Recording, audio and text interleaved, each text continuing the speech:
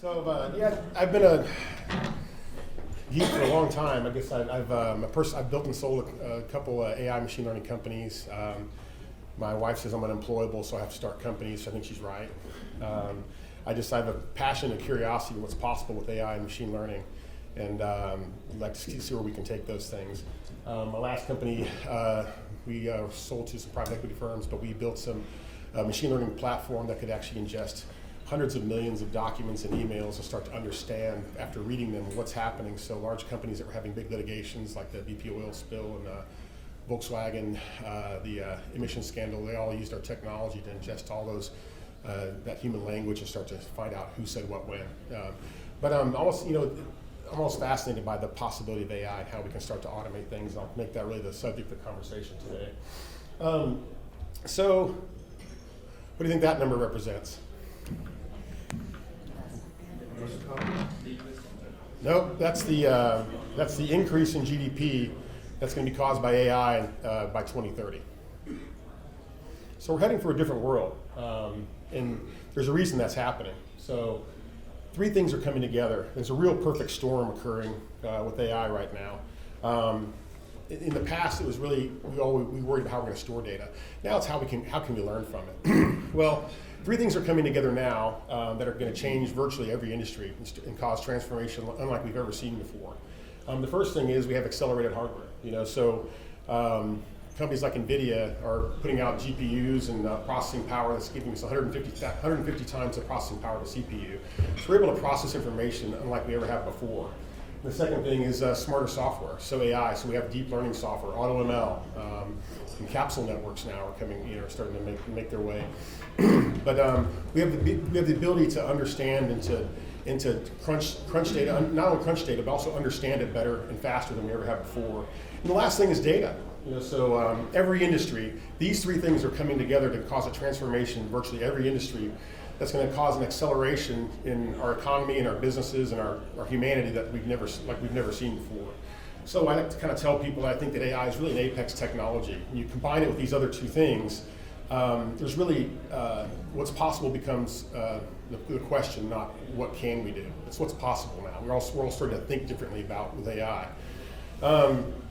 So everyone thinks that the AI is a disruption. It's not. AI is not the disruption. It's what AI causes is the disruption. What it causes is automation. So really, when you start to think about it, the very best way right now for any company to get ahead is to understand how they can achieve automation.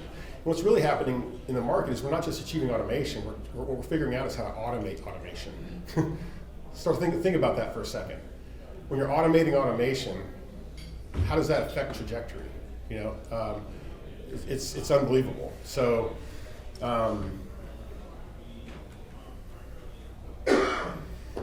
what's in front of us right now is what we call augmented intelligence. So before we all start to submit to our robot overlords, there is a kind of a step that's happening right now, which is it's augmented intelligence. I've heard it called other things, but this is really what we called it. It was really the practice we created at Brainspace.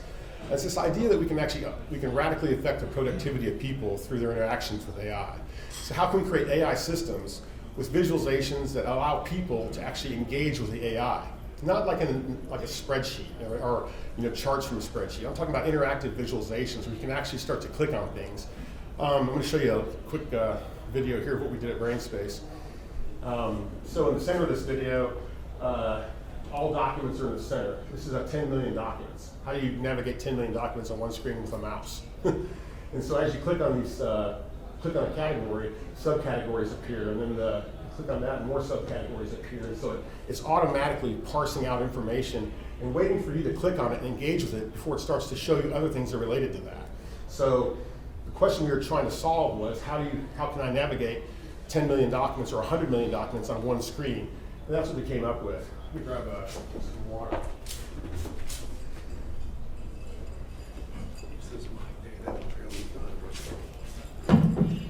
Okay.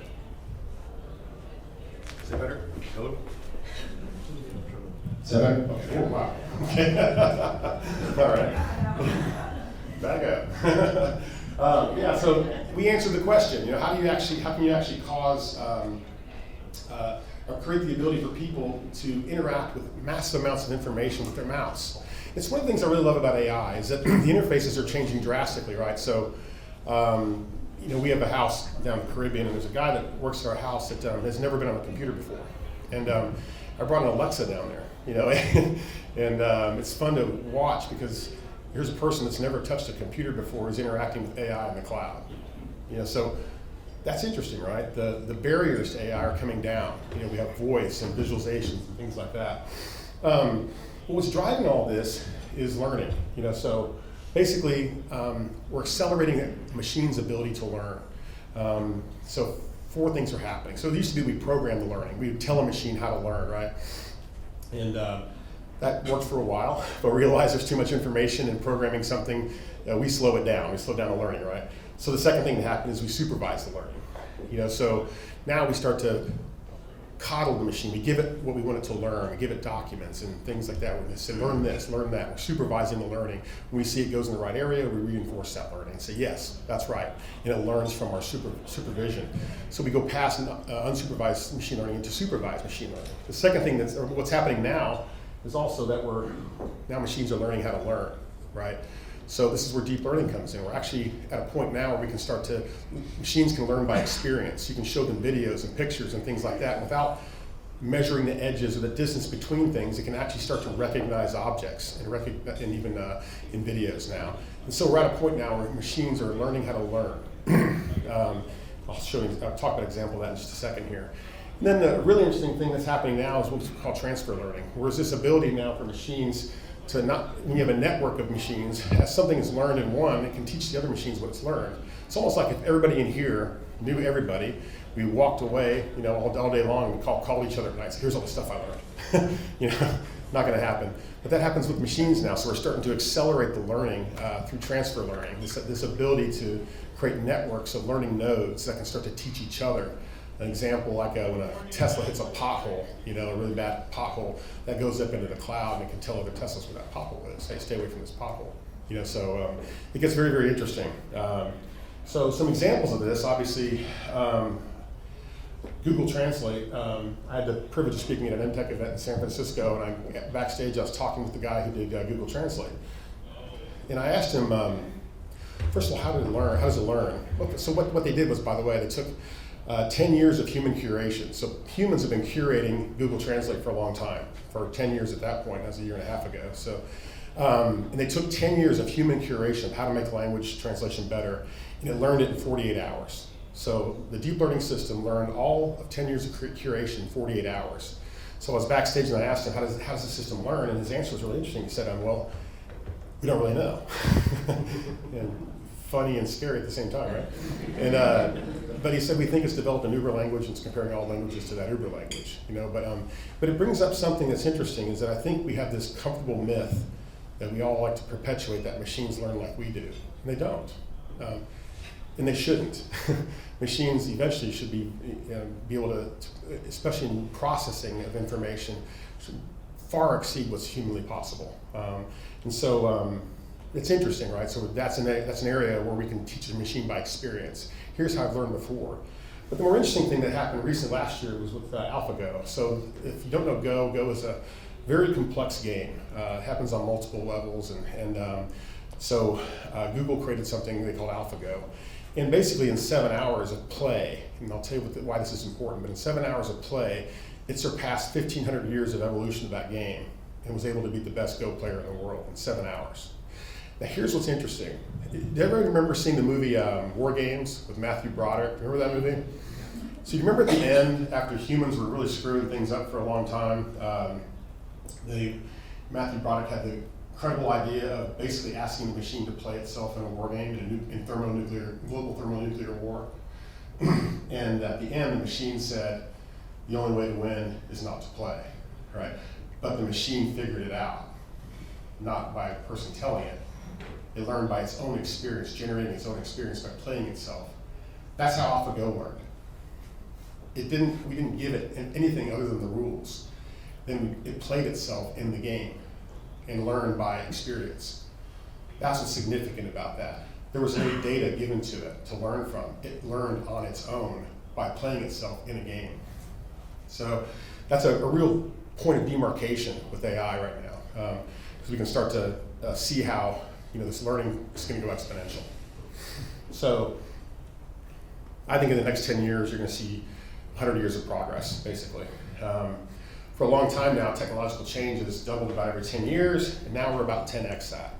So, it's possible we could get to the point where in a single human lifetime, it'll propose a huge challenge for us and our institutions to comprehend that change. It's going to cause more and more specialization. Jobs are going to have to be more and more specialized so you can learn and understand something really well. The broader you are, more possible it is for you to not be able to handle the change. So it's going to look kind of like this. There we are right here, yeah. So I think what's interesting about this is we're actually starting to redefine abundance. Abundance used to be, that you would, how can we make more of something faster, right? That's abundance used to be. And the new abundance is not about that. The new abundance is about having it all. It's about creating more faster, but completely personalized for every single person at a dramatically lower cost. That's the new abundance.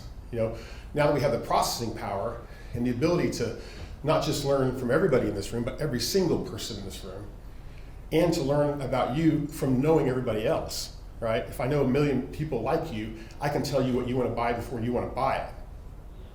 We're not snowflakes. We all think we're these individual snowflakes. We're not.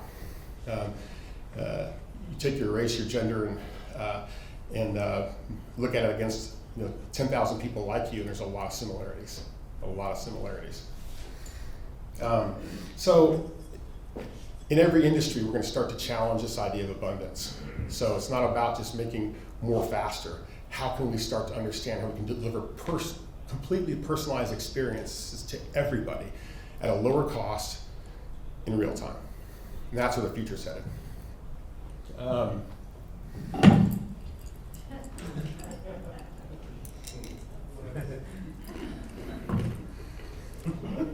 let that sit for a minute. It was cool, wasn't it? Yeah. What's interesting is that privacy is being redefined, right?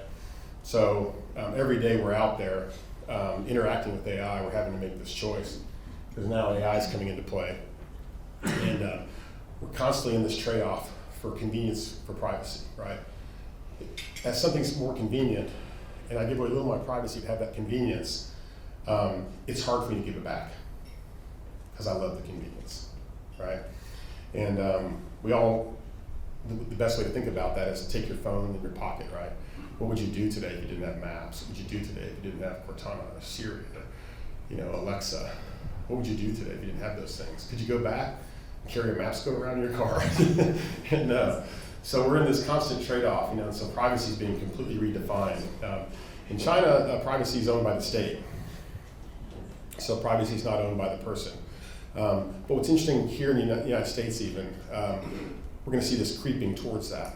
Our reasons will be different. It's not because the state owns privacy. Ours will be, it's going to be more secure, or, it's going to be more convenient, and there's all these reasons. I walked into a restaurant the other day. They flip over the iPad and you sign, when you do a card. Well, they flipped over the iPad and there was an option for, hey, can we take a picture of your face so the next time you walk in our restaurant, we know what you might order. I thought, wow, this is how it's going to happen, right? This is how it's going to happen. That's really convenient. And the more I'm willing to do that, the more that it'll happen. So privacy is going to be completely redefined. You want credit card numbers, everything's going to be an encrypted transaction. So no more credit card numbers, maybe not even Social Security and things like that. We're not going to have numbers anymore defining us. So we got to be ready for that. So there's an interesting thing that's happening today, really kind of getting us to the topic of today, is this is kind of a trend we're calling AI for X. Basically kind of extending on the theme I talked about earlier, that AI is showing up everywhere. It's showing up everywhere in pay toilets in China, or because people are using too much toilet paper because AI is so cheap. Now they use facial recognition to see who you are and you get 10 sheets, True story, right? But that's because it's cheap, right? So there's a process that's happening today that's going to happen in every industry. It's this thing about once we digitize something, we can dematerialize it. And once we dematerialize it, we can democratize it. What I mean by that is like, there are physical processes today that cause a lot of friction. Next time you walk through an airport, and I do this all the time, I hate my mind sometimes because I think too much. But when I walk through an airport, I just get so frustrated because the question I'm asking myself at every step is, how could this be automated? How could this be automated? How could this be automated? Do that next time you walk into an airport. It'll frustrate the hell out of you, But the thing is, we should be able to pretty soon you should be able to walk right on a plane from the outside, from your car. We've got the sensors and everything to make that happen. I think it will happen eventually, but AI is showing up everywhere. And even little small, crazy, dinky things that we didn't think about. AI for weed. So now we're using computer vision to better identify the gender of cannabis. And cannabis is going to become a humongous industry, by the way. I think it's replacing cryptos right now in the investment community. But use AI and computer vision. Deep fish is another one that's happening in Russia, where they're using neural networks basically to identify fish. You've seen fish finders before, probably. They're not very accurate. Well, now we're using AI to really distinguish between fish and noise. There's exactly what the fish are. But it's AI. And so another one is hoof step. So AI for horses. This is behavioral analysis for horses. It's happening. And there's a company called Hoofstep doing it. So we're actually watching horses with computer vision and starting to understand how certain movements mean certain things. And so another fun one is Blue River Technologies. So this is, I think, we're seeing one of the biggest impacts, with agriculture. So right now we have crop dusters that fly over crops and dump poison over the whole crop, and it's destroying our soils. It's a bad idea, right? Now you notice how crops are in rows, right? Where we're having computer vision in these systems that go across and say, this is a weed, this is a plant. If it's a weed, pull it. If it pulls a lot of poison, if it's a plant, nourish it. And so we're going to have better soil, better food, better production, better productivity. We should be able to feed the entire world very, very easily soon with all the advances that are happening in agriculture. So then the biggest thing is these big four, and after those, the small ones, there's the big industries, right? So automotive, healthcare, manufacturing, and finance. And I'll add to those. There's going to be, warfare and things like. There's other industries as well, but these are the four big ones. So in automotive, every major car manufacturer has stated that they're going to be hybrid or electric in the next 7 years. Hybrid and/or electric in the next 7 years. Every major manufacturer. All electric cars are basically going to be autonomous vehicles. Autonomous vehicles will use AI in the cloud. So. In healthcare, AI is moving healthcare from being reactionary, right? We still treat ourselves like machines. We wait till we break and then we go see a doctor, right?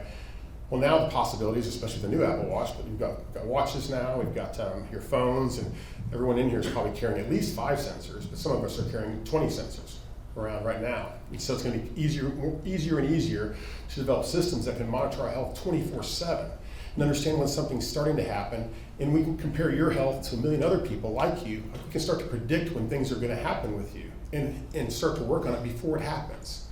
So healthcare is going to move from being reactionary, like it is today, to being more predictive and preventative.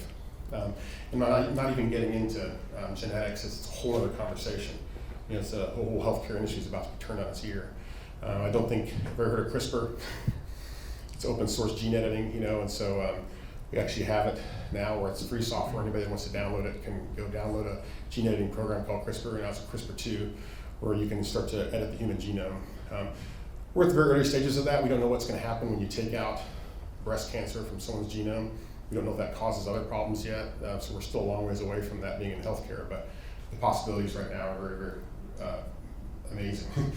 Manufacturing, there's a Qingyang Precision Technology in China, probably the best example of this. They had about 650 human workers, and after the recent AI automation, they had 60 workers. Just robotic arms and people that worked with those robots, and they had an increase in productivity. Even though they decreased their employees 75%, had an increase in productivity of 250%, and 80% drop in defects. And then finance, about 75% of all the transactions happening today in finance are AI. So it's already happening. I'm at 20 minutes, so I'm going to try to leave 5 minutes or so for questions. But just to close, I think we're at a point now where the proliferation of data. So with IoT, now we're going to be measuring everything, right? You see cameras everywhere you go today. You have sensors in your pocket. There's things at work. Everywhere you go, we're measuring things. In a sense, we're kind of becoming a big experiment. Everything that we're doing is going to be digitized, and everything about us is becoming digitized to try to create a more productive and efficient and hopefully fun world. I think I'm probably not of the bent of people who talk about jobs where all jobs are going to go away. There will be absolutely jobs go away. Don't be a taxi driver, don't be a truck driver, don't be a retail clerk. Those are all going away. But there's going to be new jobs that are created. PwC thinks more will be created than go away. I'm kind of in the middle on that. I think we're not prepared for that right now. So we've got to do a better job as an economy to figure that out. I've been up to Washington talking with senators about that very problem. I think we need to skate to the puck on that, not wait for 5 years from now and go, wow, I didn't see that coming. Because it's coming. But at that point, I'll stop right here and maybe just see if anybody has any questions. Come on, there's got to be one. So in medicine, very good talk about possible cure for these diseases that we've been seeing for decades, and we've lost endless loved ones to those diseases. AI and other technologies can play a role, but you look at the industry, whether it's pharma or health, big hospitals, right? They are mostly in the business of curing, treating. Treating, yeah, that's exactly right. When these two collide, what will happen? Yeah, and the question for those of you who couldn't hear is just in healthcare, we treat people right now, we treat symptoms, and we kind of, but you don't see pharma companies curing disease, right? You just don't see that, right? So I think we're heading towards a very, very different world. I think pharma companies will be threatened. They have to change, and so you're going to see pharma companies getting more involved in being kind of like life coaches and health coaches. I think you're going to see hospitals where you're going to have almost like air traffic controllers, right, for people, especially elderly. Well, maybe we'll start there. But you'll have people that kind of watch sensors on elderly people and help them understand, hey, your heart rate's way up right now, you just slow down. I don't know where you are and what you're doing. But I think you're right.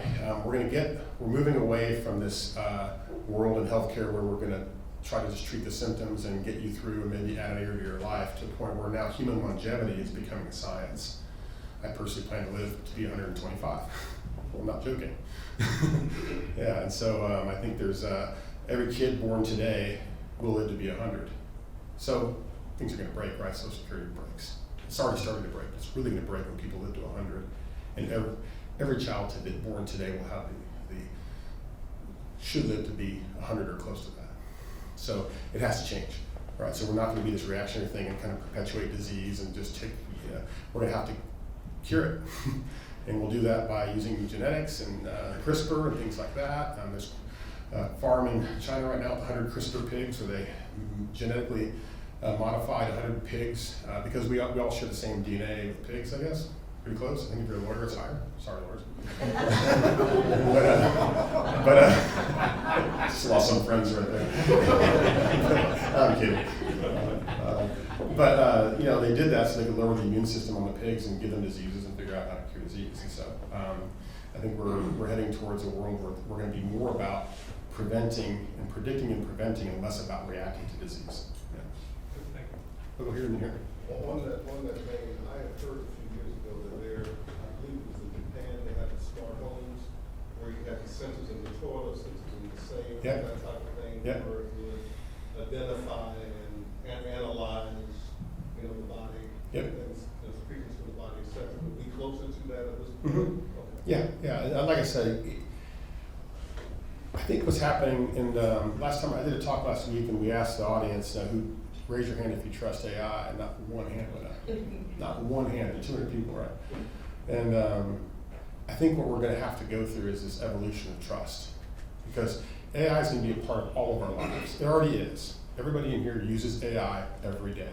You do. If you're online, you use it. If you use a phone, you're using it. You use Maps, you use Siri, Cortana, Alexa. It's all AI. And we love the convenience of that.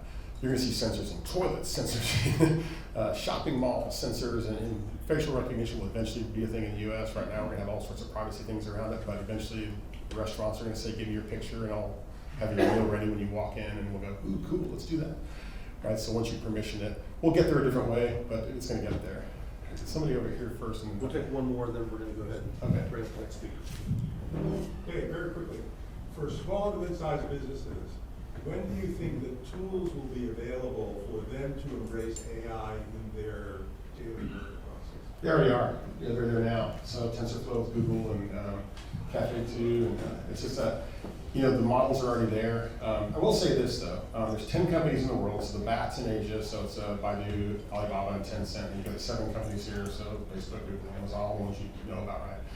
Those 10 companies are creating a very difficult divide with AI. They're hiring all the AI people, they're buying all the AI companies.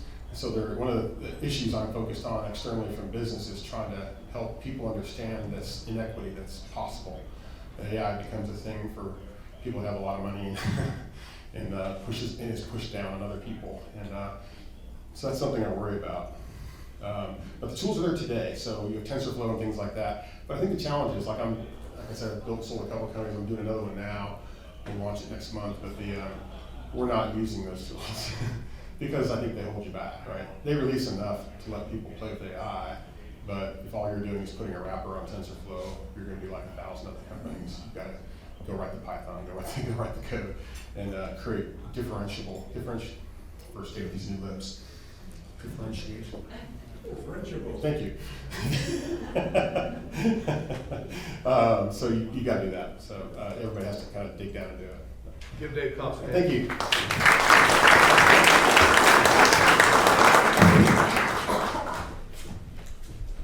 So Bill.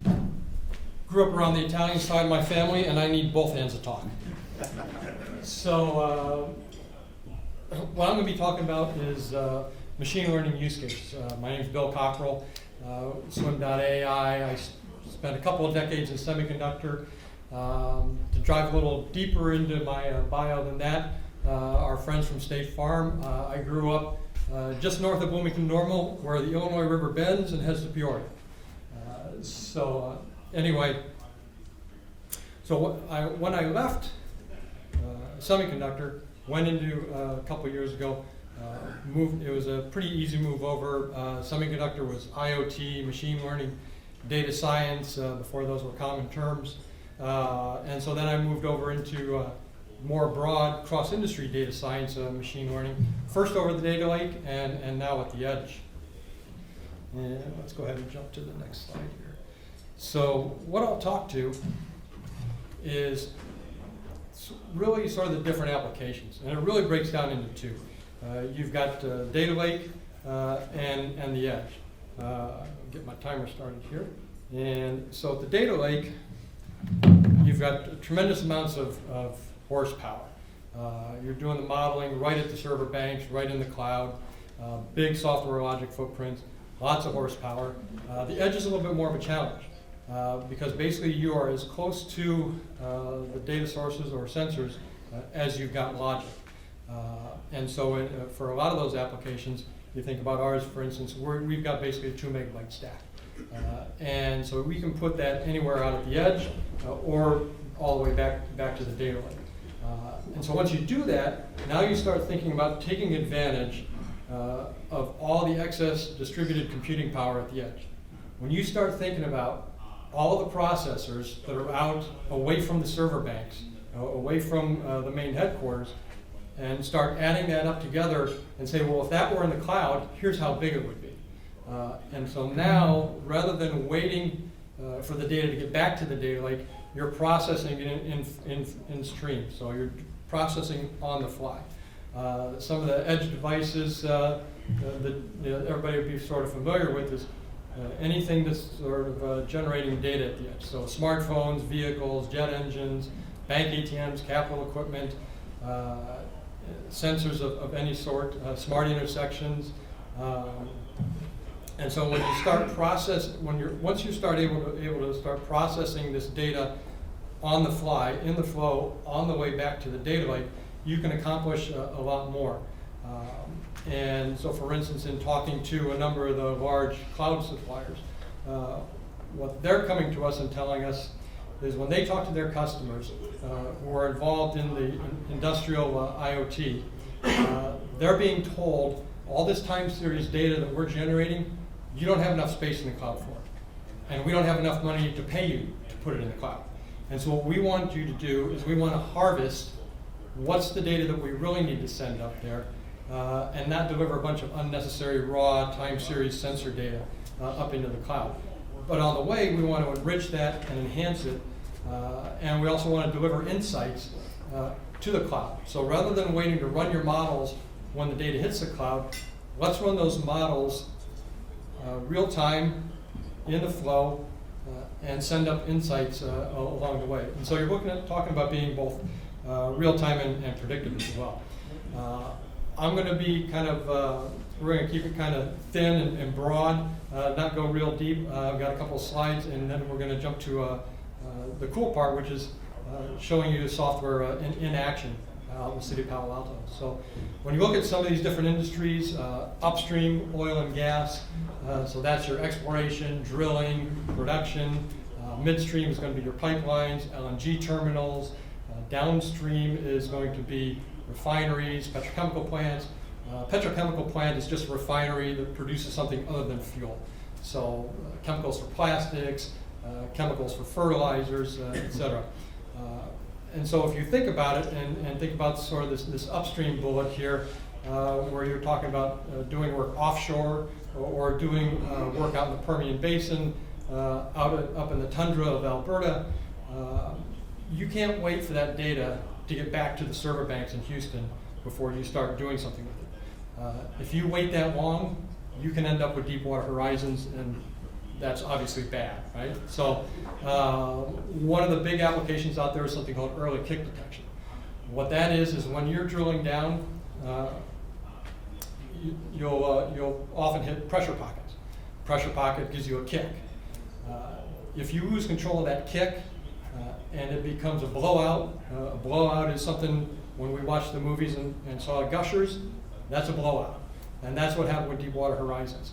They hit a kick, they lost control of the kick, it turned into a blowout, it went all the way to the platform, big fireball, and it all went downhill from there. So that's one big application, is being able to run the sensors, get a sense of that, and see that stuff before it starts coming. About half the investment to bring an unconventional well online. Unconventional well is just these horizontal wells that have been fracked, so they're going to drill down about a mile or two, they're going to go out about a mile or two, and then they're going to frack this horizontal run. And about half the cost of that is about $5 million to bring one of those wells online. They've got to hold the budget about there, otherwise they don't make money. They have to be able to make money at about $35 a barrel. That's got to be about their break even. If they get higher than that, then the market's going to ultimately wipe them out. And so about half the cost is your fracking cost. And they're going to bring in a dozen or 15 pumps, these big frac pumps. There's a lot of redundancy. They break down very quickly. So if you can see the breakdowns coming, you can reduce the number of pumps on the site, cut your costs tremendously right there. Downstream, you've got compressor trains in these refineries and petrochemical plants. A compressor train is really the heart and soul of a refinery or petrochemical plant. When that goes down, the whole place goes down. Fortunately, they're pretty stable pieces of equipment, but every so many years, you take it down and you rebuild the whole thing. And then you've got to get it back online as quickly as you possibly can. It's usually about a 3-month operation or so. And so you're talking about things that are heavily censored, a lot of process controls to it. And so you need to be looking at that whole multivariate relationships with all these different sensors and what they're telling you so that you can get this back qualified and online rapidly. And so that's what a lot of the machine learning is going to be doing, is running through a lot of that. Cross industry out into capital equipment, manufacturing, telecom, utilities, oil and gas, et cetera. Predictive maintenance is a big application. But when you think about predictive maintenance, it's not just about, did this piece of equipment break and it's down hard? It's not like I blew out a tire now on the side of the road. you'll have equipment, especially in biopharm, especially in semiconductor, where the equipment continues to run, but it's running out of spec. And it's non-optimal, and it's very yield generating, yield-centric industries. So it costs you the same to make a wafer, whether you get 1% good chips off of that wafer and throw away 99%, or whether you get 90% good chips off of that wafer and throw away 10% or less. So it becomes a cost of goods sold equation.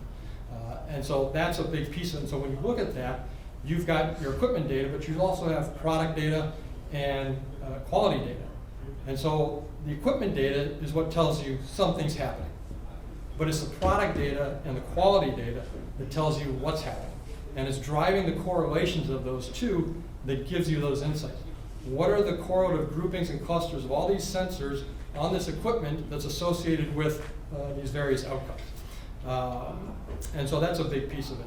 When you're talking about an edge application, much like ours, where you're talking about a 2 megabyte stack, you can now take that software and drop it on a piece of capital equipment. You can drop it on telecom equipment. You can drop it on just about anything, and now you've made that equipment machine learning enabled or capable. So rather than waiting for all that information to hit the data lake, you can be getting those insights right there at the equipment. Had an interesting conversation with one of the regional airlines over the past couple of years, and this would be more of a data lake application. And they know how much it costs them for every minute of delay at the gate. They know how much it costs them for canceled flights, and these are key metrics for their business. So every month they know what their delay minutes were, and what their canceled flights were. And then they calculate out, this is how much money we were impacted this month because of lost minutes and canceled flights. And so if they can look at that and say, okay, I see all these sensors and they're starting to roll over, that tells me something's coming. And anymore, it's not one sensor that tells you something. It's not like driving down the road, you see your fuel gauge go, time to get some gas. I see my battery light go, it's time to get a new battery. The check engine light comes on, what the heck does that mean? And so what you're looking at are correlative groupings and clusters of sensors, and figuring out which ones correlate and which ones are just coincidental and don't mean anything. And when you can identify that and tie it to an outcome, now on day of operations, in flight or between flights, you can say, here's what's coming, I need to get this offline. I've got a couple more, I can get a couple more flights out of this, so I can make it to an overnight, and now we can work on an overnight. Or I don't have that many more flights in it, I'm not gonna make it to the end of the day, get some more equipment out here, because we gotta swap this thing out. So those are sorts of decisions that they can make. Interestingly, we're seeing applications move into, even though we're largely time series data, et cetera, and deal with things like that, what we're really dealing with is real-time processing of large volumes of high velocity data. And so we're starting to see applications come to us in terms of online retail, large internet commerce business operations. One of our approach on the edge is very much around what's called an actor and fabric technology. So our stack will look at all manner of data sources, and it'll create an actor for each of those data sources. So think about smart meters. So you have all these smart meters around the city. Our stack will create an actor for each of those smart meters all around the city. So each smart meter gets its own actor.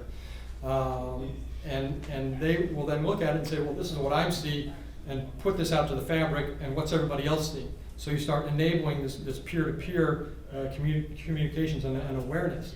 So the interesting piece with that in terms of, say, internet commerce, is it can start looking inside your internet commerce operations, whether it's your blades, whether it's the various software components, and it can assign something to each one of those.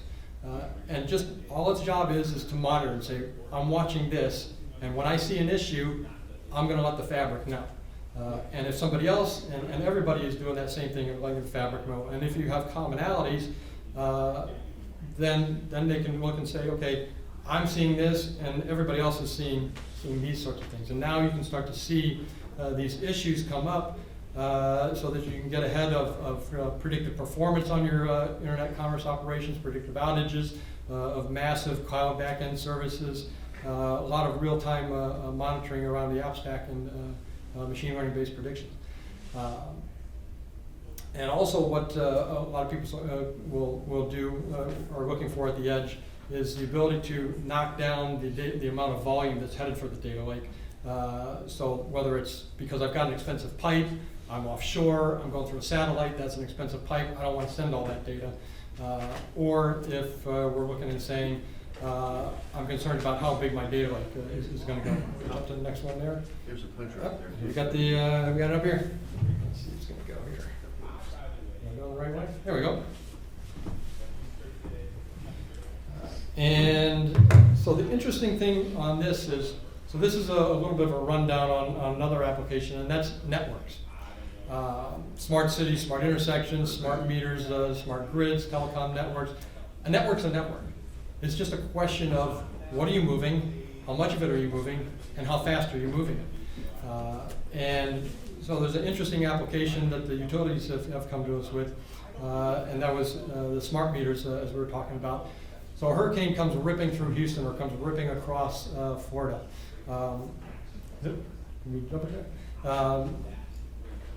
Takes down a whole city. Power can start coming up, and the utility won't know that those smart meters have come online yet. It can take 24 to 48 hours for every one of those smart meters in the city to report in and say, I'm online. With an approach where you have an actor pinging, every smart meter has its own actor, and it's pinging, are you there, are you there, are you there? Rather than waiting 24 to 48 hours to find out which ones have come up online, you find out now in minutes. And that's a huge differentiator for the utility companies. Enabling peer-to-peer communications and awareness. I'm seeing dirty power, I'm seeing fluctuating power at my smart meter. And I put that information, and everybody puts their information out under this fabric, all the actors. Is anybody else seeing this? Is it just this house? Is it this neighborhood? Is it the sector? Is it the region? Is it the whole city? Who else is seeing these things? So enabling that sort of communications and awareness. Power demand and power supply is an especially interesting one. We've hit the point where utilities pretty well know. If it's 100 degrees in Texas, if it's Wednesday, everybody's at work, here's how much power we need. If it's Saturday or Sunday and it's 100 degrees, a lot of people are at home, here's how much power we need. The challenge now is all this wind and solar that's coming on, right? Bright sunny day out with lots of cumulus clouds coming over all these solar panels. I'm in the shade, I'm in the sun, I'm in the shade, I'm in the sun, I'm in the shade, I'm in the sun. It's spring or fall and out on the wind farms, and we're gusting 15 to 30 miles an hour. Well, is it 15 or is it 30? Because that's a big difference in terms of how much power those are generating. And power has to be used immediately.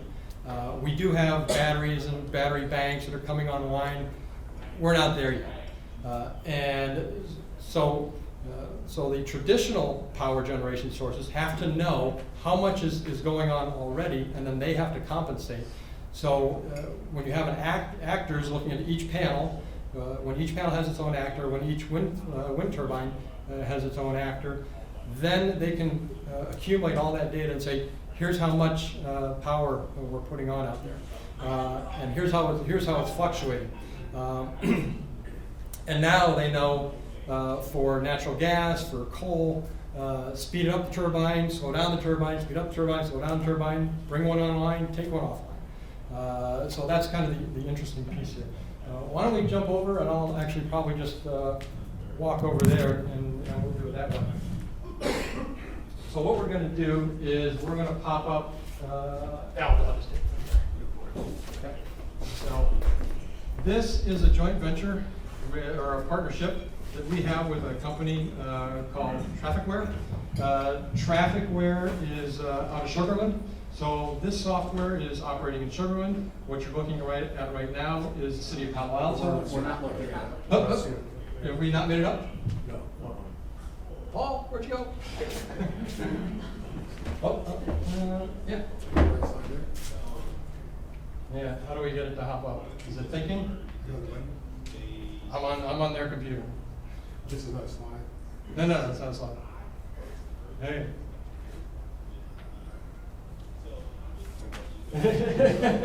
we got Paul around here. Okay.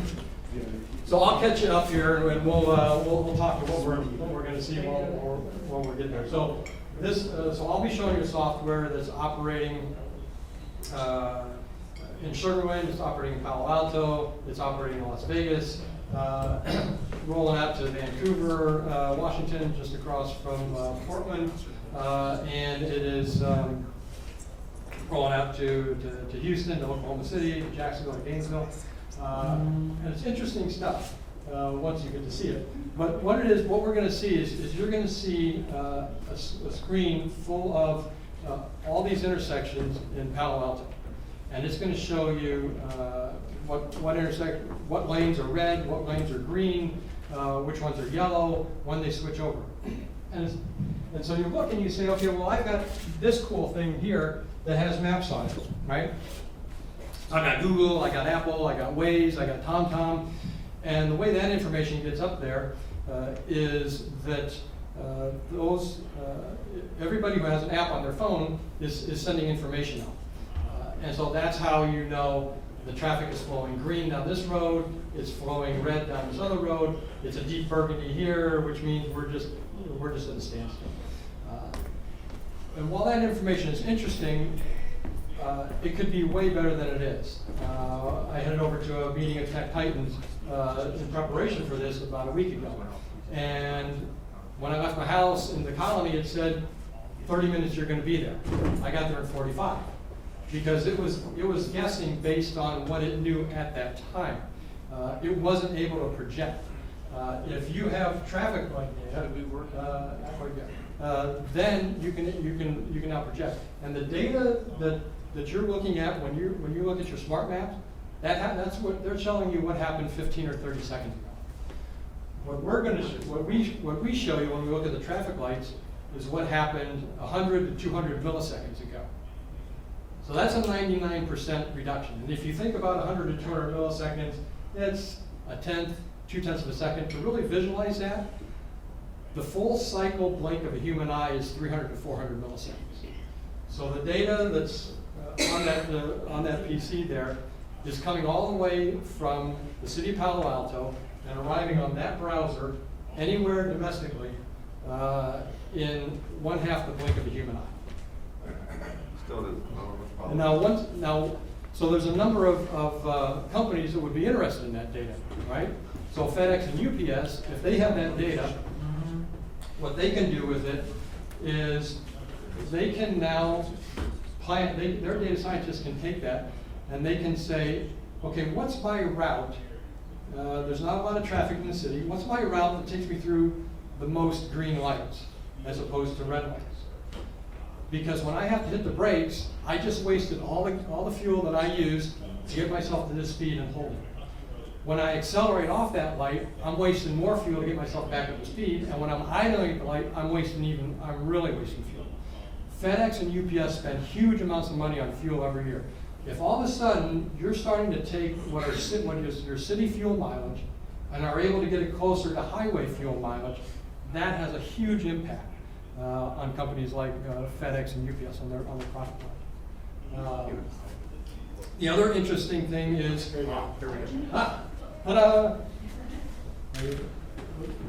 okay, so we seem to be kind of coming up. Now you lost my spot here. So this is the university. Let's see where we at here. Where did Middlefield go? Middlefield. Ta-da. Okay. So, so if you're familiar with the city of Palo Alto, you're actually the bottom of the screen. You're actually coming from 101. It's actually kind of upside down from what you would be used to. And as you come in, you go, you park, you go out to dinner, lots of nice restaurants. And so this is kind of interesting right there. So all of these colors happened, as I said, I think we're actually 250 milliseconds ago. It's kind of slowing down on us. Now, what you see here is a countdown. So you're sitting at the light. Now in the city of, one of the cities up in Connecticut, you are actually now able, Norwalk, if you have a certain high-end vehicles, you're actually able to subscribe to a service where you can get this in your car. And you can be sitting at the light and say, okay, I'm coming up to the light now, I got 13 seconds before it's gonna go yellow. Now, this isn't, the colors are all delayed by 250 milliseconds right now. The countdown is actually not modeled, it's calculated. And while a model is a calculation, it's a very advanced calculation. We refer to this as calculated because this calculation is more like high school and algebra calculation, just to get to that countdown. And it usually hits within a second or two. And so what they're finding is that when people have enough advance notice to make a decision, rather than I'm coming up to the light, it's green, I know it's been green a while, I know that yellow is gonna hit pretty soon, and I don't know when, and it hit, and now I have to make a decision. When you've got a countdown from yellow, or excuse me, from green, and you know you're so many seconds away from the yellow, you've got more time to make a better decision. Now, human nature being what it is, there's always somebody who's going to make a bad decision. So it's not going to be perfect. Yeah. Does that project on the windshield, or do they have to be looking away from the street? I think right now they're still looking away from the Wait, street. Yeah. So you better count on your co-pilot. But it's a step closer to where you're at right now, right? So next thing that's really kind of interesting, and let's see what it's doing right now. Open up for us. Okay. So traffic engineers, this means quite a bit to them as they look at it. Let's shrink it down just a little bit. Okay. Can we get there? Okay. So that's going to start to fill out here in a little bit. And now this is a real-time on-demand intersection. Right now it says sync, so it's only running in time mode because they're in the middle of rush hour. But normally this is an on-demand intersection. And so what you're looking at, the dotted lines that have not filled out, that is the predictions. Okay. So what our software has done is it's put up what we refer to as a geofence. All a geofence is it's saying I'm going to go two intersections in every direction, and I'm going to look at the traffic flow coming off of those intersections, and I'm going to predict what's coming to this intersection right here, knowing what's probably going through those intersections, how much is turning right, how much is turning left, and the software can do that for every intersection all around the city. And as you see, basically it's either 0 or 1, and this is the logic that tells the lights what they're going to do. And as you see the real time approaching, you can see it tends to hold pretty well. And so with that information, you can do a couple of things. One is Google and Apple can now look and say, well, here's where the traffic is, here's where it's going to be. 2 generations ago when I was doing this, I'd have told you can get to Tech Titans in 30 minutes. Now I'm going to tell you it's going to take you 40 or 45. Right? Because now you're able to predict, here's the traffic that's over here is probably going to be here by the time you get there. And then the other piece that would be the whole thing I talked about with the FedEx UPS. And the last piece that I'll kind of show here, right, is so this is how many intersections are red, how many intersections are green, where do you have red waiting, where do you have green that's clear, and to the extent you have a clear green intersection matching up to a red waiting intersection, then the intelligence kicks in and says, well, then we need to switch this around because we got people waiting on a red and we got green that's clear, and nobody's passing through. So I think I hit all the points that I wanted to hit. How we did for time here? Just a 4 quick- minutes. Okay. Just a quick question. Any questions? Quick question here. Yeah. Do you see a possible use case based on that where cities could use this data to optimize their red, green, yellows based on traffic patterns and over the air the timings could be adjusted before they spend millions and millions in expanding roads? Do you see Yeah, is it going to get to the point where you can make the movement more productive so that you don't have to expand the roads? Yeah, I would say possibly if you can get to better flow. Because the other thing it'll tell you is, do I really want to go down Main Street, or do I want to go off around one of these other streets? Because it's flowing better, and here's everybody else who's been routed, and here's who else is going to be heading there. So yeah, I would say very likely, yeah. Anything else? Yeah. Hey. I'm fascinated. Dave's going to stop me. No. It's like, I'm curious. You're doing something amazing in that. You talk about the millisecond. It seems like so a lot of your processing has to be edge processing. Yeah. Are you putting GPUs out there, or are you just building code that's so efficient it doesn't need any GPU? It's only a 2 megabyte stack, works in memory. Right. So yeah, if you drop that onto a GPU, you can do really amazing things. But no, we're just dropping it on regular stuff. That's great. Each one of those intersections is about 60 sensors. So it's amazing how much data comes off of that. And this is also a big part of the data harvesting as well. Because the city has said, I already know what normal is, and I know when this light is red. So in order for me to send this data through, I don't need to keep telling you it's red. All I need to tell you is it turned red. Now I don't need to send that data again until it turns again. And now you've just knocked down tremendously the amount of data you need to send across the network just for that reason. So that's sort of another one of the sort of the data harvesting applications. Anybody else? So what's the next step as this goes forward with autonomous vehicles? How will those two ways? Sure. Yeah, exactly. So this would obviously be very important data for Waymo, right? Waymo being the autonomous driving cars for Google. Right? What's the route I want to take? It gets very much back to sort of the FedEx, UPS. What's the route I want to take to take me through the most green lights? Another interesting thing is cameras are now, a lot of cameras on intersections now, you can run that video through AI. And now you can say, here's how many vehicles are stacked up at this intersection. The software will say, here's how many vehicles are backed up at this intersection. The sensors in the pavement aren't just at the front. They tend to be backed up as well. So now you know two things. One is you know how backed up it is. Two is you know how many vehicles you can get through on a cycle. And so from there, you can now determine how many cycles it's going to take me to clear that intersection.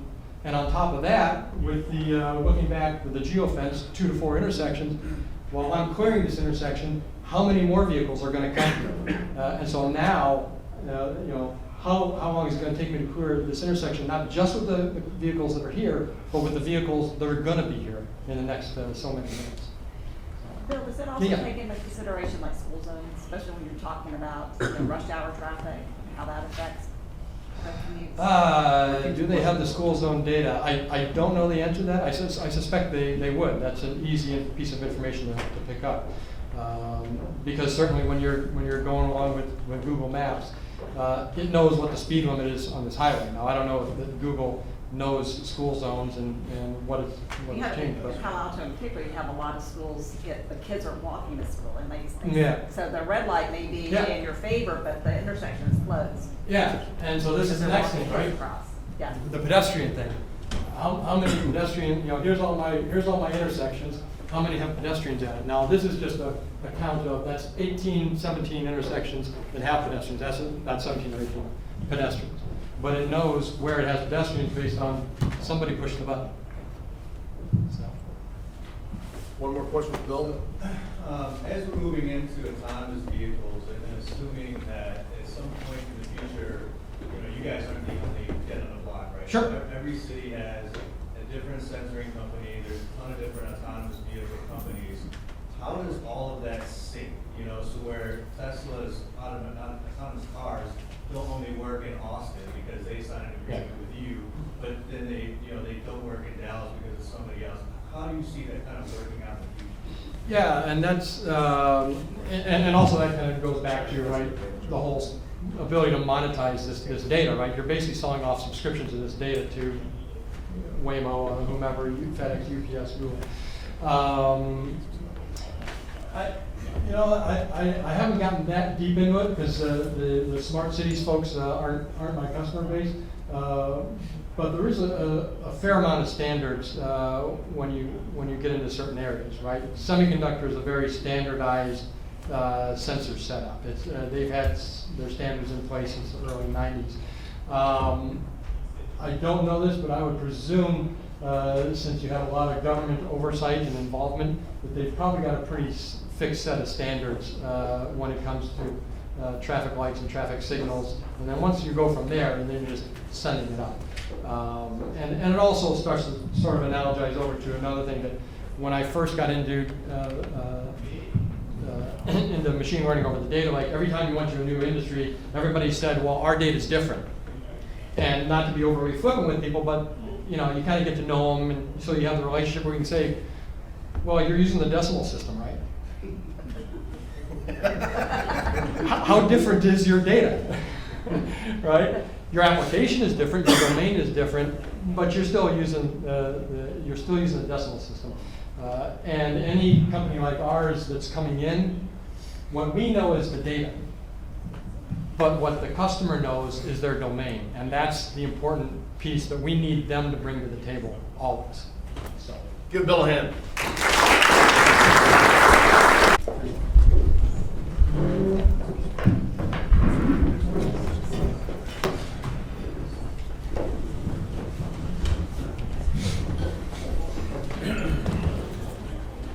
All right, now that you have heard about all of the great and cool things that AI can do, I'm just gonna come and tell you a few scary things, and you're gonna be like, oh man, why did you do that? All right, so my name is Babar, and I have been working with machine learning and AI for a while, both from a startup entrepreneurial point of view, as well as advising companies and working for a company that uses a lot of public data. So I've had the opportunity to look at this thing from a variety of point of views, and though my background is technical, my talk is not going to be technical. So it's going to be pretty simple. There's only one takeaway from my talk, is that all of you who may not be directly working with technology have an extremely important role to play with how technology is going to be used for taking very, very important decisions that are going to impact a lot of people. So the technology is just one part of a much bigger puzzle. There are a lot of important questions that you need to ask. I'm going to assume that many of you are going to be involved in AI in your organizations at different levels. So the tendency of many groups and people is to jump in and do something with AI because there's so much hype about it. And a lot of hype is actually right. It is huge and it is transformational. But my point is just take a step back and understand, what are the right questions to ask and what are the right assumptions before you get started.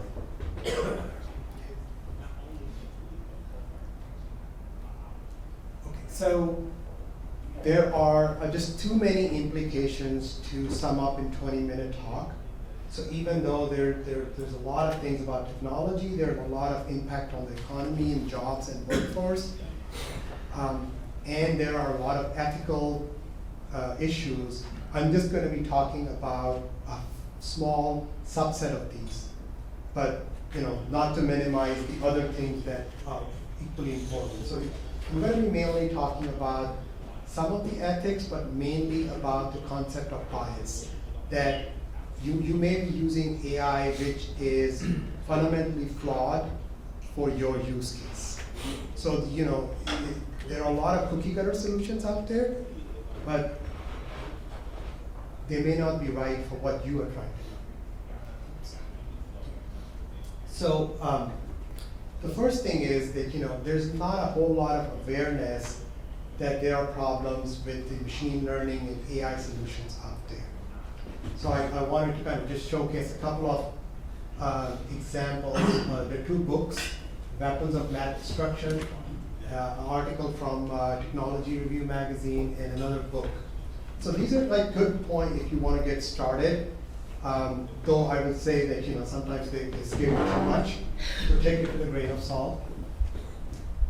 The good thing is that, you know, the bigger companies are noticing, and they are making bias and fairness a central part of their products. And the politicians are also taking note, because as governments and organizations are taking these up, they need to understand that if they do not do it right, there's going to be a huge negative impact on people. And the biggest problem is most people won't even know why something happened to them. And just to kind of take a few examples, you know, you may be applying for a loan, or you may be trying to move into a property, or you may be, you know, getting into trying to get into a college. All of those decisions involve data, machine learning, AI, and without you even knowing, you may be rejected, or a decision may not be favorable to you because someone used an algorithm that wasn't appropriate, or they didn't have the right data.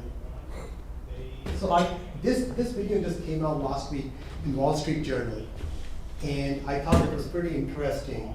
And Paul, if you could kind of go to the browser and maybe play a little bit, it's on the left, this one. So I thought this would be really interesting because this is showing a trend of where you are going to be interviewed not by a human but by a machine that's going to use your facial expressions to calculate if you are a good candidate or not. It was actually a process of building a company as well as building a car. A lot of video, that's the sound of the station. Well, it's okay if it doesn't. If you click on that, well, somehow the browser is not, but it doesn't matter. You know what? You will get the slides later, right? Yep. Yes, is this it? Is that? No, that was the other video. But I think that's okay. Same topic. Yeah, this is the video. It's at their Paul. This is the stuff. Go ahead and double click on it. Yeah. And as you watch this video, it's going to be a little interesting to see how the new wave of companies are using a lot of data about you. Maybe, you know, there's some companies that are going to pick up data from Twitter and LinkedIn to create a score for you, and before you know, you're not even going to make it to the interview round with a real human, because they for whatever reason, they figured out you're not using the right kind of language for that job. And you don't even have a chance to kind of make a case for yourself, right? Yes? If you could touch on the ethical side of it, for example, an interview like that, hire is one tool. Yes, that's what the video is The about. question is, does the applicant even know that they're analyzing? Number one. Number two, will they create your physical presence DNA to be shared down the road with other employers? Because that, without the applicant knowing, that's a huge problem. Right. So I can't speak for these companies, but my point is just to raise awareness that, you know, we need to ask tougher questions about these practices, because they're using our data, the data that was not actually meant for these situations, and then you don't know what's the algorithm that's causing that score. So, you know, he was pretty frustrated by this. The future while waiting for governments to see must run Hiring the is a rules.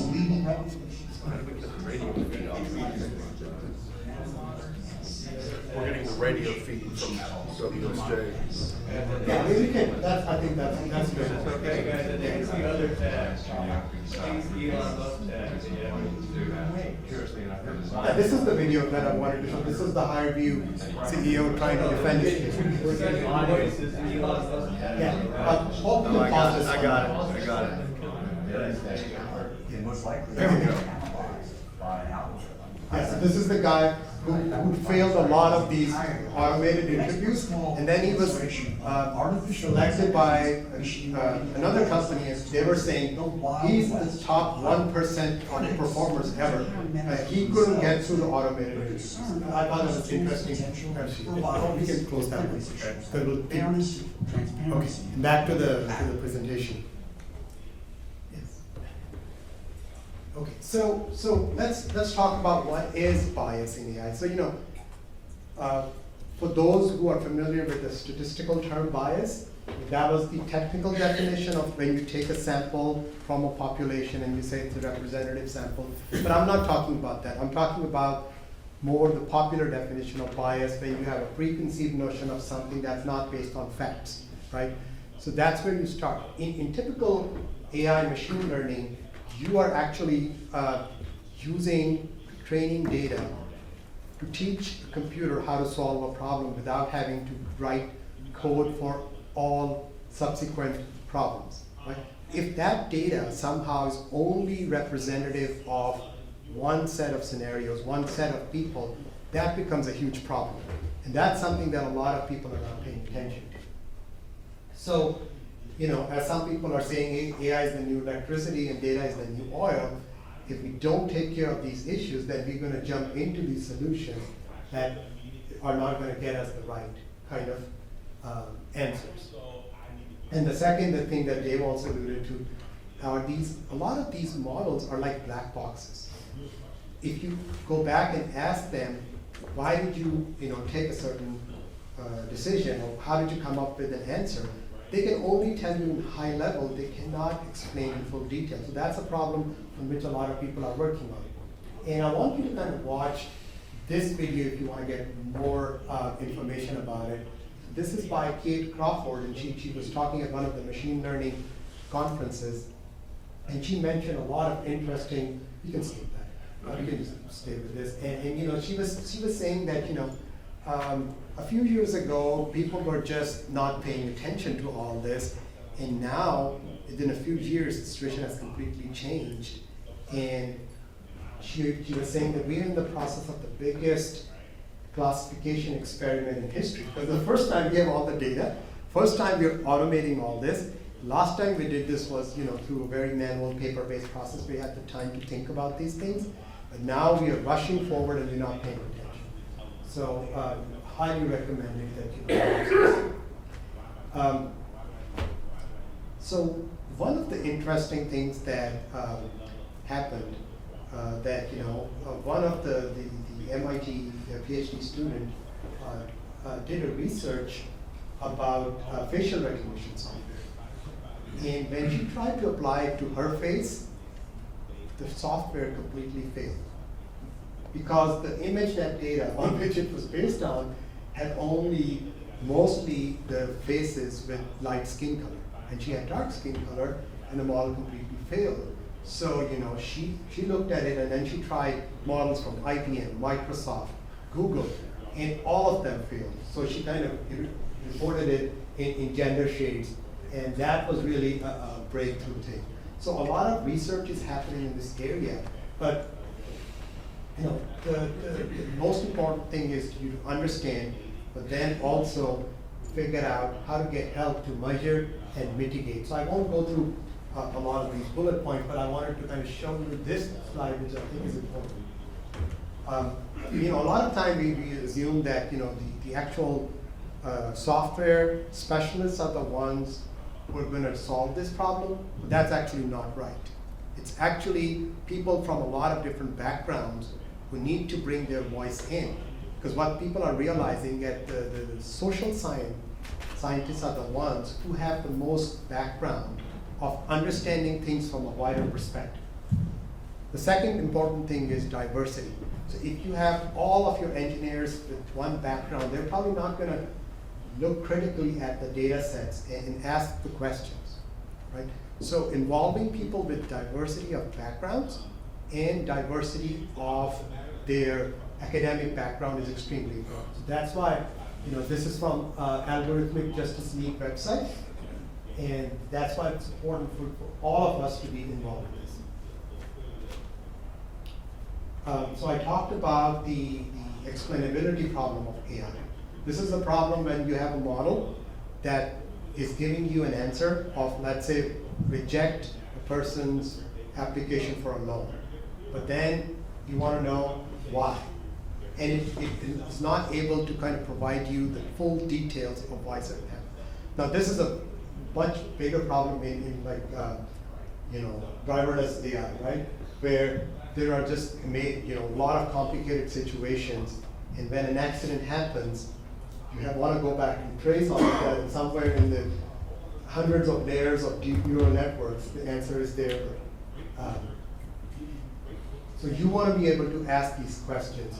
Now, the good thing is that there are the larger companies who are gobbling up all of the resources. They're not starting to pay attention because essentially it's a risk management problem for them, right? A lot of the companies, if they use these tools and then take decisions, they might get sued by people who realize later on that there was something not right. Actually, it's happening now. So Google has started a special place on their website with fairness and why, what steps they're taking, and then they're putting out some code that you can run to actually review the other code to see if it's fair or not.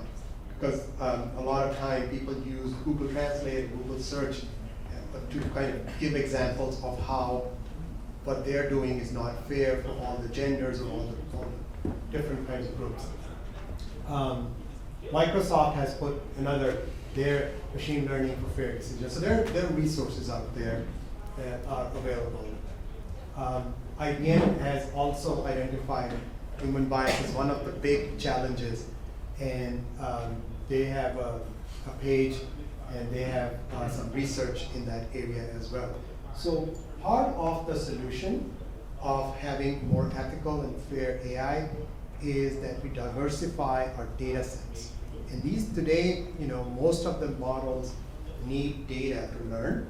And although there are types of models that are smart enough that they can be thrown at any problem and they can provide a solution, but bulk of the models that are going to be used by small and medium-sized organizations are going to require data for training. So you have to have a starting point. And that's where you need to kind of pay the most attention to. So I'll just mention the 5 most common sources. Data we just talked about. Then there are algorithms. If you don't have the right kind of algorithm for a problem, that can introduce skewness and problems. Then there's also the implicit human bias. So you need to ask, what are our assumptions? And are we starting with something that's already biased?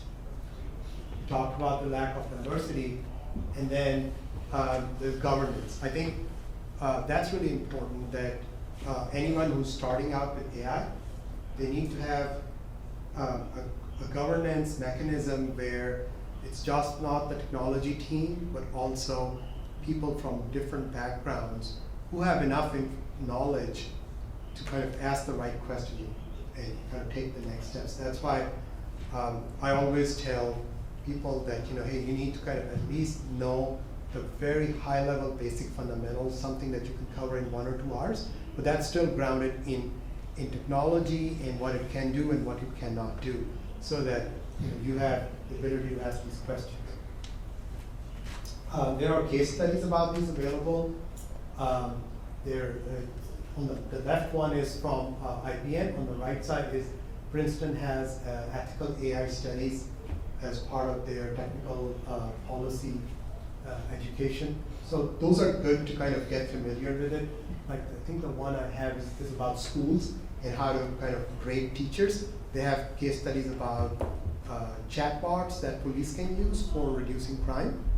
And also, criminal justice system is a hot area where AI is being used to see if someone will actually go back and commit another crime. Another great opportunity is medical data.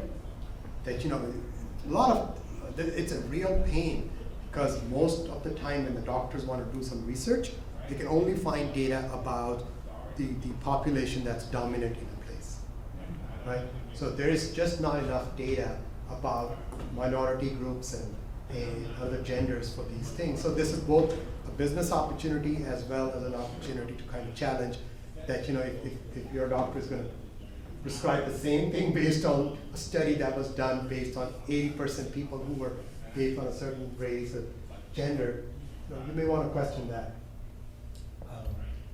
Then I have created a checklist that I want to make public and put it out somewhere that people can use, kind of get a starting point. So I'm kind of happy to share. The whole point is awareness, And so, I know it's long, so I'm not going to go through this. Some of it's technical, but it's a kind of good thing to kind of share with your teams and say, hey, have you thought about these? And then for those who are interested in the technology side, I kind of listed a few tools that can be used. Maybe not the right thing here. So in terms of recap, we need to get involved now and get ourselves educated and look at some of the resources that are available online that talk about this. And there's a free book called The Future Computed by Microsoft that also tackles this. So, you can download this from Microsoft. And I think it's a good read. Kind of interesting. You want to show the video? No, it's kind of long. But I will include the link in my deck, and whoever needs it, I'll put it on my LinkedIn and on Tech Time. Yes, sir. So Dave has already told us that privacy was great. What my question is on the data that's out there on us individually that is being used for recruiting and loan applications, we can actually influence that data by giving up some of our privacy and making sure there's correct information on us on the internet, like LinkedIn profiles and things. Right. To what extent is that important in eliminating some of the biases that you were talking about, where we're maybe shooting ourselves in our own feet by having data that's going to contribute to those biases on things like public profiles? Yeah, it's very important. The problem is that the whole, environment is stacked against you doing that. Right? LinkedIn has its own data usage and privacy policy. Unless there's a change in how the public deals with these issues, they're not going to, care much about it. They're going to say, oh, you want to close your account and delete everything, go ahead and do that. But as Dave said, there's a convenience that, that's how we use it to connect with each other. But at a certain point, it crosses a line. Obviously, this awareness will eventually go to the next level where our representatives in Congress and Senate, they will start paying attention. Right now, they're like way behind all of these developments. So it's like the wild west. Companies are just running around with things, and if you look at the Wall Street Journal video, they're showing companies that are trying to figure out your personalities and do all of that based on data without you knowing. So I think there's also the opportunity for companies that can give you back control over your data, right? But it's hard. Even the public data that is there out, not in digital form, has issues and flaws that we don't even know about. And the digital data, as soon as you open a browser windows, there are hundreds of tracking activities that start happening. And then there are companies that try to link all of your mobile devices and your laptops to you, not with your name, but they know it's the same person. And all of the location data that's being tracked, it is very scary. And obviously you know about the issues with Facebook and other things where they were actually using a lot of sensitive data and they didn't even have the controls over it. So yeah, it's a huge issue. Yes. So just playing devil's advocate here, how has ethics suddenly become so important, even though human is probably the most biased animal out there? Now data and AI coming in, ethics has become so important that there are so many videos and write-ups and everything out there. 10, 15 years back, we all learned that you put in your resume, and if you don't have the right keywords in there, your resume won't get selected. That kind of thing is becoming a little bit more smarter with a robot taking your interview. Is it just because now we have data and the AI intelligence out there that it is people have started to question it, or is it or something fundamentally is changing? You think? No, I think that the availability of data is a huge thing. We never had this kind of data available for making decisions at this speed and this automation. So what's happening now is that a lot of the things where sometimes humans were there to kind of make judgment calls and control if something was not going in the right direction, that is now getting automated and on a huge scale. So you can do a lot more faster. So for example, the resume part, right? If you didn't have the right keywords, the automated application tracking system would kick you out. But that was an easier thing for people to kind of manage. But now it's getting to the next level where it's looking at your face and your expressions and whatever you posted on Twitter 2 years ago and whatever, and you don't even know about it. So the rules. Is it not a good thing? For some people it might be great. In some, so what I'm saying is you need to have an awareness, and then there has to be transparency. So if the hiring company or any other company which is making a decision about you is transparent, yeah, then it's fine. Then you can choose to do business with them or not do business with them. But my concern is that we're not even thinking about all of the implications, and we will be rushing into doing certain things because it's the new technology. And for certain people, if there's math and science, then it must be right. So that part I don't agree with at all. You have to have the right implementation for a use case, and then you can defend it or justify it. But if you're just going to assume that it's all AI, so it must be good, no. Yes. I have a general question for any analyst, but I've read that Google, when you talk to Google Home, it's actually training us how to talk to them, how to ask questions correctly. Okay. Does that Anyone mean believe that? anything to you? Is that anything? Is Google Home trying to train us how to talk to? Say the question again. I have read that, when you talk to Google Home, you don't say it the right way, you don't get what you want, the right information. That we're sort of being trained how to talk to them properly as well. Is that right? Or? That's always been there. How many of you have done search on the internet, right? You had to learn how to do a search, right? You had to write Boolean expressions, this and this, but not that. And we were trained by the technology, but now you don't do that anymore. Now you just type in what you want to Google. Same thing's going to happen in voice. The more data we have, the more that's not necessary. Yeah, when you get one result back, it seems like you've got to get it right. Whereas you get search results, you're kind of bouncing around. That's right, and that's the big challenge, right? Because what's right? Yeah. There's no right. There's only what they give you, and if you think that's good or not, and that will change for every person. And what Bar said about privacy is really important. One of our biggest, I was talking with some members of the DoD a couple weeks ago. I told them, don't worry about people hacking your AI. Worry about people hacking your data that's training your AI. Because that's the big problem. Just like what Bar said today, is that we have a lot of data today, but it's not enough. We need more and more and more data. And the more data we have, the more these biases will iron out. But where we are today is exactly where Bar said we are. Is that AI is biased, AI is unethical, AI is it's very unbalanced right now. We don't have enough data to iron those things out yet. Over time we will, but we're all living in the experiment right now. There was somebody back, yes sir. Yeah, Dave, you talked about lifespan and the impact that AI transformational issues in healthcare, the impact on lifespan. So we live in a country which is one of the few, maybe the only one in the industrialized group of nations that has actually gone backwards in terms of life expectancy over the last 10 or 15 years. We should all be concerned about that, but my question is kind of, it kind of touches something that all three of you talk about in different ways. There was a topic about, the standards and the environment in which autonomous vehicles can park in different cities, or the concept of fairness in all of this.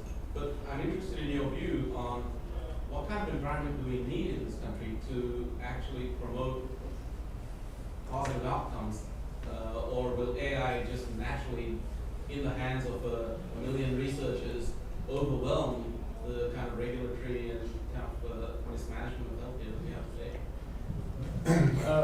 It's a data issue. I think I'm actually really hopeful with healthcare. I think 10 years from now we may actually have healthcare that's less expensive, crazy, more effective, and we're predicting and preventing things and not fixing us like cars. When your alternator breaks, you go and fix the alternator. We're going to know that things are going to break beforehand. I'm actually really positive about the effects that this is going to have on healthcare, because what's happening is we're learning. When you think about who we are information.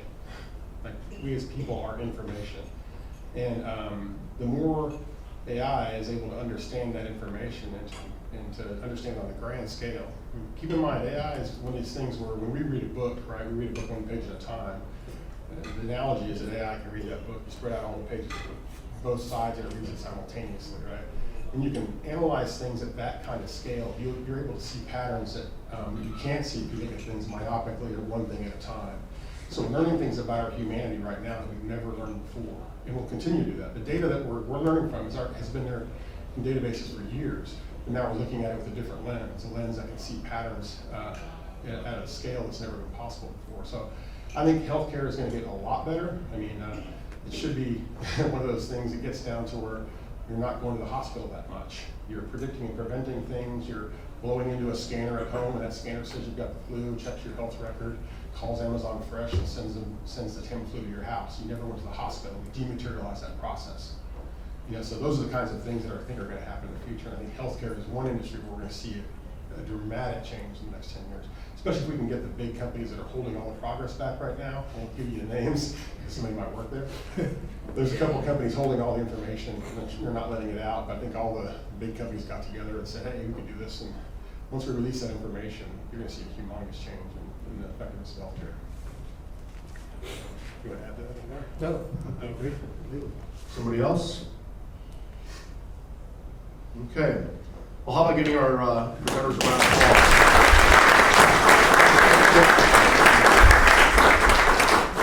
So if you would, please take a moment now to go ahead and fill out your surveys. Shannon and Paul will collect them if you just hold your hand up, and we will give you a minute here to get those done.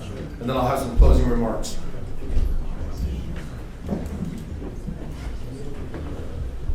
Survey in. Let's take one more coming. Anybody else?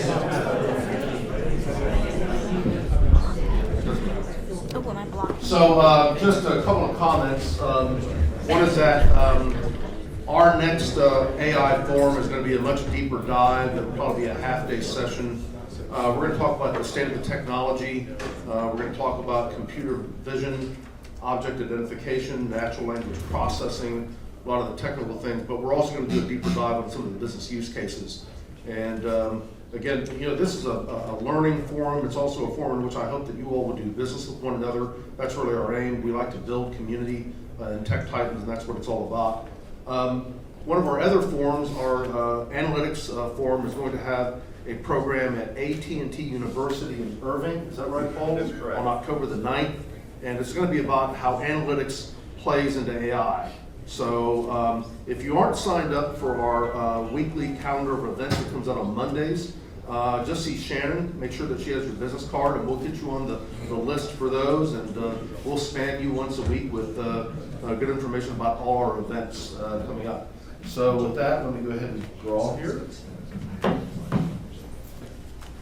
Actually, here. Just pick one out of the deck. Which one's mine? Yeah, I don't know. All right, very good. Red ink. Mahmood Sheikh. Very good, Mahmood. All right, I've got this. You'll get a free pass. I really hope that you enjoyed today's program. Again, how about giving a round of applause to our presenters?